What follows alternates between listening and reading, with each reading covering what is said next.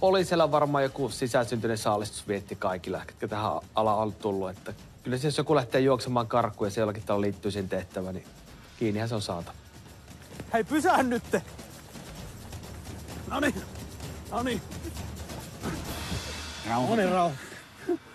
Mikä sulla hätä? Mikä on hätä? Siinä vaiheessa, kun me saatiin kaveri kiinni, niin hän vaikutti erittäin pelokkaalta. Jotain hän selkeästi pelkäsi kovasti. Tässä on poliisi, ota rauhassa. Me sitten raudoitettiin hänet ja yritettiin rauhoittaa häntä. Kaveri ei kuitenkaan rauhoittunut millään ja lähdettiin sitten viemään häntä kohti poliisiautoa. Hei! Mikä on hätänä? Ootko ottanut jotakin huumeita tai jotain? Mitä ottaa lanssi? En mä vielä tuonne meidän autoon. Pystyt sanomaan sen verran, että mikä sun nimi on? Ei jumalauta. Nyt se kusee housuun.